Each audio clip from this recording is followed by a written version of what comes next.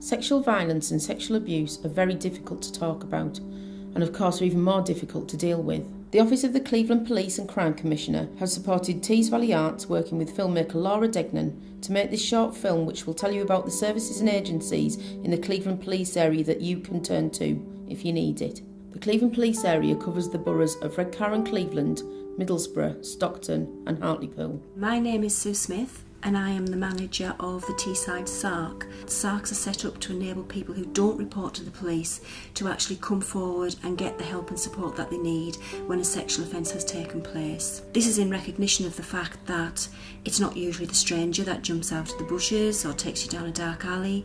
It's usually somebody that you know and trust, a family member, a work colleague. So, we know that it's often difficult. We know that many people choose for those reasons not to report to the police.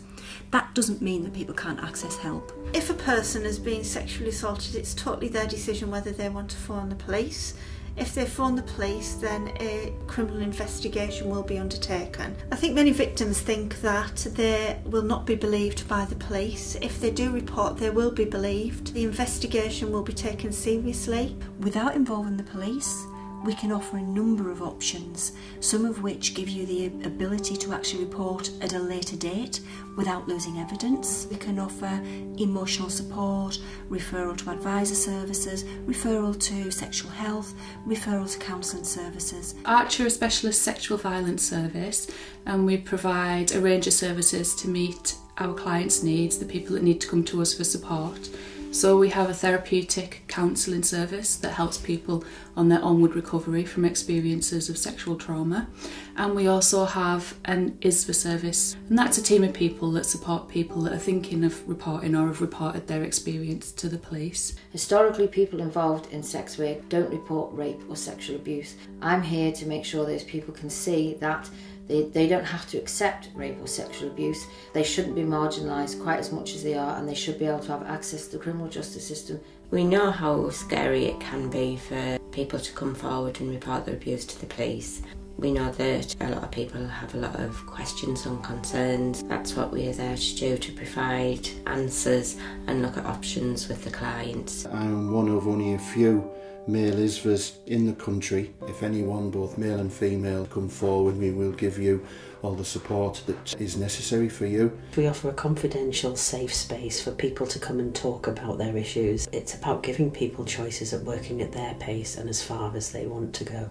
Harbour works holistically with all of our partners to ensure that we can provide a wraparound service for the victims that come forward for support. We have a really good relationship with SARC. We take referrals from them on a regular basis. Eva Women's Aid is a totally needs-led organisation. We offer the service to men and women, and we will support them fully through that process. We work very closely with the local sexual health services, and if need be, we can actually accompany and support somebody to a sexual health screening appointment. Over and above that, there are wider services that may be relevant, and the victim always has the choice as to which service we refer to. There are specific issues, and there are therefore specific barriers for victims within the BME community.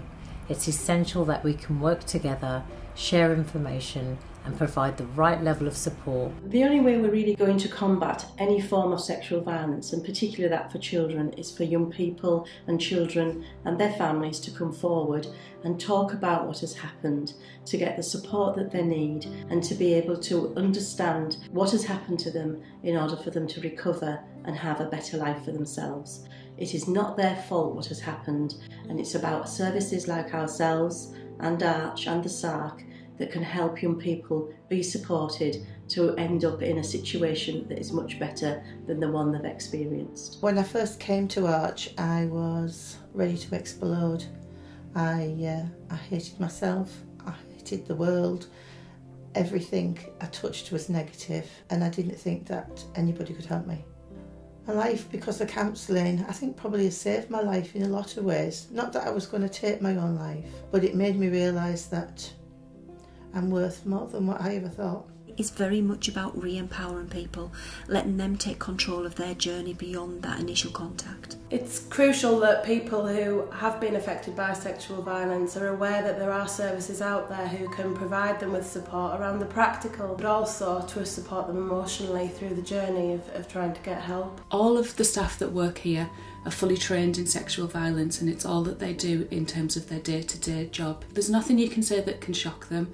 There's nothing you can say that they will judge you on. They understand that it's really difficult to come forward, and they'll be here providing a non-judgmental approach to help you feel comfortable and to put you at ease about being able to talk to them about the support and help that you need. As we are very aware of how sexual offence impacts on people, how it disempowers people, at the core of our work is always the client, and we work with them to ensure that they are in control of the steps that happen beyond here. The client is paramount and their wishes and needs will always be upheld.